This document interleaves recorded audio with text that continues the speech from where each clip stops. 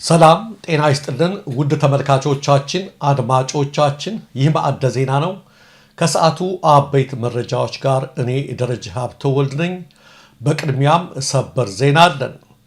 የኢትዮጵያ መንግስት በገዛ ህዝቡ ላይ እየፈጸመ ያለውን የድሮን ጥቃት በአስቸኳይ እንዲያቆም አሜሪካ አሳሰበች። የአሜሪካ መንግስት ከዚህም በተጨማሪ ለፋኖ ኃይሎችና ለኦሮሞ ነጻነት ሰራዊት አባላት የሰላም ጥሪ አቅርበዋል። ኢትዮጵያ ወደ ሌላ ቀጣይ የግጭት ዓመት መታወኳን እንዳትቀጥል በአማራ ክልል የሚንቀሳቀሱ የፋኖ ታጣቂዎችና የኦሮሞ ነጻነት ሰራዊት ኃይሎች የሰላም አማራጭን በመከተል ወደ ድርድር እንዲመጡ አሜሪካ ጥሪ ታቀርባለች ሲሉ በዩናይትድ ስቴትስ የኢትዮጵያ አምባሳደር ኤርቪን ማሲንጋ ጥሪ አቅርበዋል። መንግስትን ጨምሮ ሁሉም ተፋላሚ ኃይሎች ከሁሉም በፊት ህዝባቸውን ሊያስቀድሙ ይገባል ያሉት አምባሳደሩ የኢትዮጵያ መንግስት በገዛ ህዝቡ ላይ የሚፈጽመውን የድሮን ጥቃት በአስቸኳይ እንዲያቆም ሲሉ ጥሪ አቅርበዋል። ተፈናቃይ ወገኖች ወደ የቤታቸው ሊመለሱ፣ ከትምህርት የተስተጓጎሉ ህጻናት ወደ ትምህርት ገበታቸው ሊሰማሩ፣ ማህበረሰቡ የጤና አገልግሎት ሊያገኝና ህዝቡን ያስመረረው ስርዓት አልበኝነት ሊያቆም እንደሚገባም አምባሳደሩ አሳስበዋል።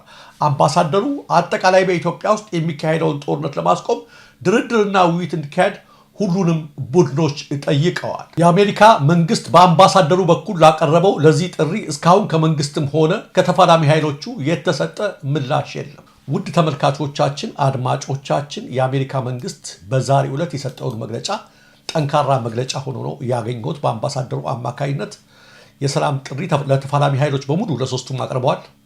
ለፋኖም፣ ለኦዳም፣ ለመንግስትም አቅርበዋል።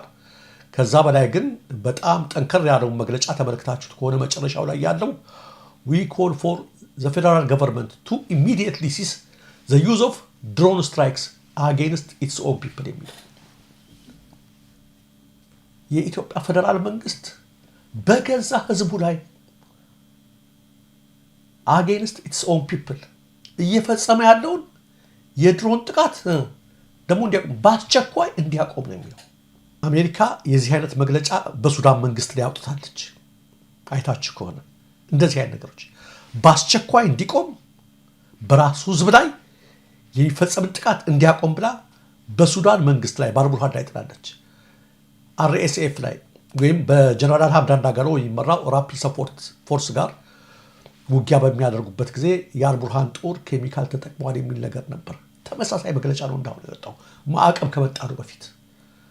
ይሄ የአሜሪካ መግለጫ ጠንከር ያለ ነው። የኢትዮጵያ መንግስት በራሱ ህዝብ ላይ እየፈጸመ ያለውን ጥቃት በአስቸኳይ እንዲያቆም ነው ደግሞ የተባለው እና የዚህ አይነት መግለጫ አሜሪካ በቅርብ ጊዜ በሱዳን ላይ ማዕቀብ ከመጣሏ በፊት የሰጠችው አይነት ጠንከር ያለ መግለጫ በዛሬው ዕለት አውጥታለች ማለት ነው። ተመልካቾቻችን አድማጮቻችን ከዚያም ባሻገር ሁሉም ተፋላሚ ኃይሎች ወደ ሰላም እንዲመጡ ጥሪ አቅርባለች።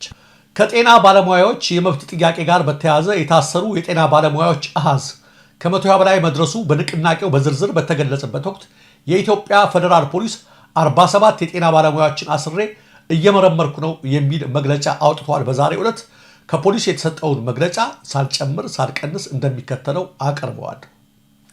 ከኢትዮጵያ ፌደራል ፖሊስ የተሰጠ ወቅታዊ መረጃ ሰሞኑን የጤና ባለሙያዎች ያነሱትን የመብት ጥያቄ ሽፋን በማድረግ በሀገራችን ትርምስ እንዲፈጠር ከሚሰሩ ኃይሎች ጋር በማበር ህገወጥ የሥራ ማቆም አድማ በማድረግ በጤና ዘርፍ ላይ ሁከት በመፍጠርና የታካሚዎችን ህይወት አደጋ ላይ በመጣል የተጠረጠሩ 47 የጤና ባለሙያዎችን የኢትዮጵያ ፌደራል ፖሊስ በቁጥጥር ስር አውለው ምርመራ ማጣራት ጀምረዋል።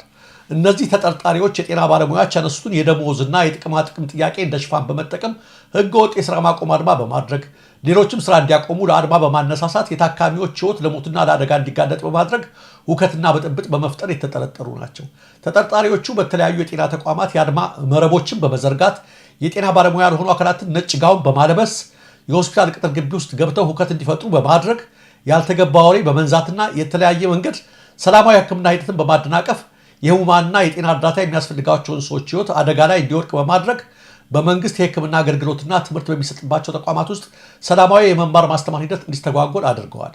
እንዲሁም ሙያቸውን አክብረው በስራ ላይ በተገኙ ባልደረቦቻቸው ላይ ዛቻና ማስፈራራት ከማድረስ ባለፈ ሁከት እንዲፈጠር ሙከራዎችን አድርገዋል ያላቸውን 47 ተጠርጣሪዎች በመረጃና በማስረጃ በመለየት በቁጥጥር ስር አውሎ ምርመራ እያካሄደ እንደሚገኝ የኢትዮጵያ ፌደራል ፖሊስ አስታውቋል። የኢትዮጵያ ፌደራል ፖሊስ የጤና ባለሙያዎቹ የሙያው ስነ ምግባርና ህግ በማይፈቅድ ሁኔታ የዜጎችን ህይወትና ለሞትና ለአደጋ በማጋለጥ ስራ ማቆም፣ ሌሎችም ስራ እንዲያቆሙ ማነሳሳትና ማስፈራራት የወንጀል ተግባር መሆኑን እየገለጸ ሌሎችም ከዚህ ተግባር እንዲቆጠቡ ያሳስባል። በዚህ አጋጣሚ ህዝባቸውና ህግ አክብረው አገልግሎት እየሰጡ ላሉ የጤና ባለሙያዎች ፖሊስ አስፈላጊውን ጥበቃ እንደሚያደርግ እያረጋገጠ ከዚህ ውጭ ሁከትና ብጥብጥን ለማስፋፋት በሚንቀሳቀሱ አካላት ላይ ፖሊስ እየወሰደ ያለውን ህጋዊ እርምጃ አጠናክሮ እንደሚቀጥል ያሳውቃል።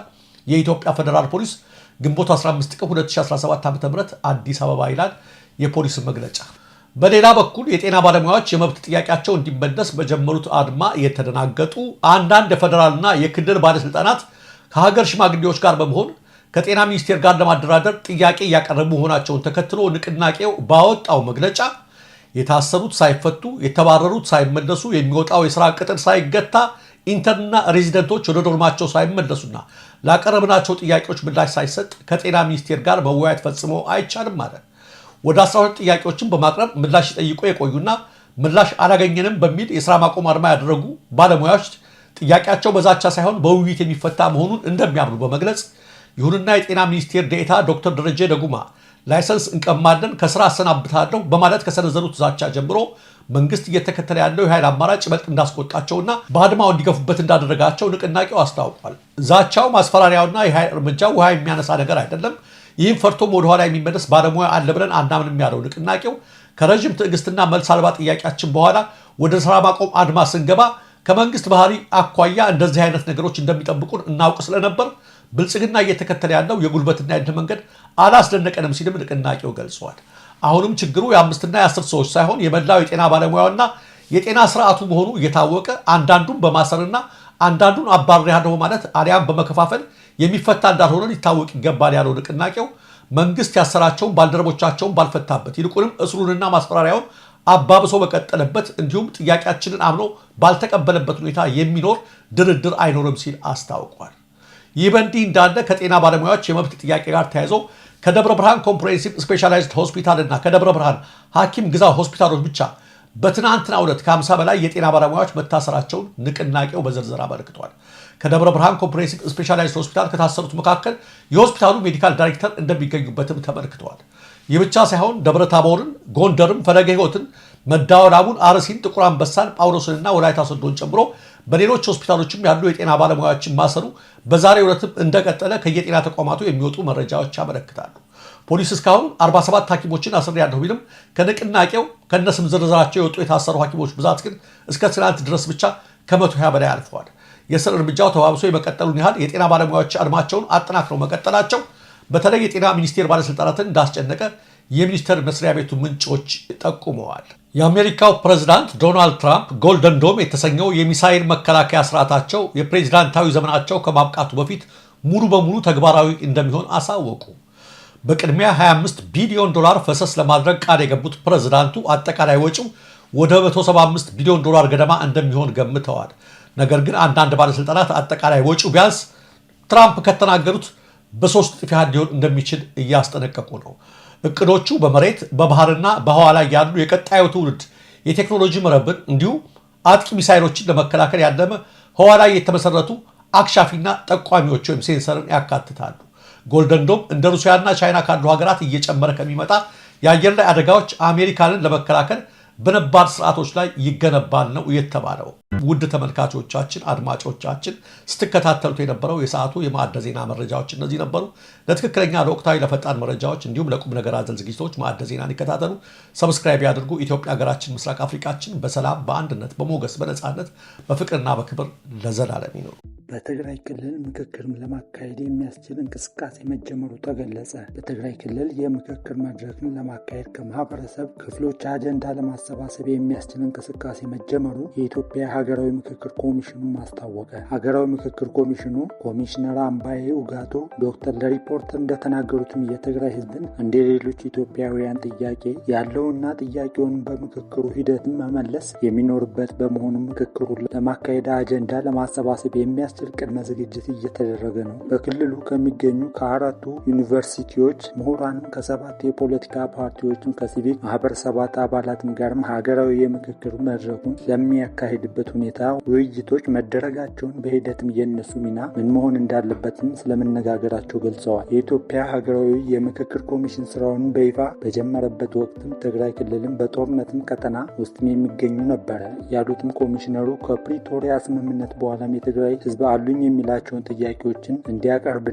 ምላሽም እንዲያገኝ ለማስቻልም ሀገራዊ የምክክር ኮሚሽን ጥረት ሲያደርግም ቆይቷልም ብለዋል። ከዚህ ቀደም ለትግራይ ክልል ጊዜያዊ አስተዳደርና በትግራይ የፖለቲካ እንቅስቃሴ ውስጥም የጎላ ሚና ላለው ህወሓት ምክክሩንም በክልሉ ማድረግ በሚቻልበት ሁኔታ ኮሚሽነሩ ደብዳቤ መጻፉን በጉዳዩ ላይም ቀና ምላሽ መገኘቱን አስታውሰዋል። የኢትዮጵያ ብሔራዊ ምርጫ ቦርድም ህወሓት ከፖለቲካ ፓርቲው መሰረዙም ምክክሩን ለማድረግም በሚደረገው ዝግጅት ላይም ተጽዕኖ ሊኖረው ይችላል ያሉትም አምባይ ዶክተር ሆኖም ማንኛውንም አይነት የፖለቲካ አለመረጋጋትን በምክክር ሂደቱ ላይም የራሱን ጫና እያሳደረ እዚህ ደረጃ የተደረሰ መሆኑንም ይህንን ኮሚሽኑን በክልሉ ምክክር እንዲያደርግ የሚያግደው አይሆንም ብለዋል። እንደ አንድ ኮሚሽነር ትግራይ ክልልም ውስጥም ሀገራዊ የምክክር መድረክም ይካሄዳልም ብዬ አምናለሁ። ይህንን ለማከናወንም የሚረዱ ስራዎችንና እንቅስቃሴዎችን በመደረግ ላይም ናቸው። የትግራይ ህዝብ አለኝ የሚላቸውንም ጥያቄዎችን በምክክር ሂደቱ ላይም እንደሚያቀርብና ጥያቄውን እንደሚመልሱ ጽኑ እምነትም አለን በማለትም አስረድተዋል። በትጥቅ ትግልም ውስጥም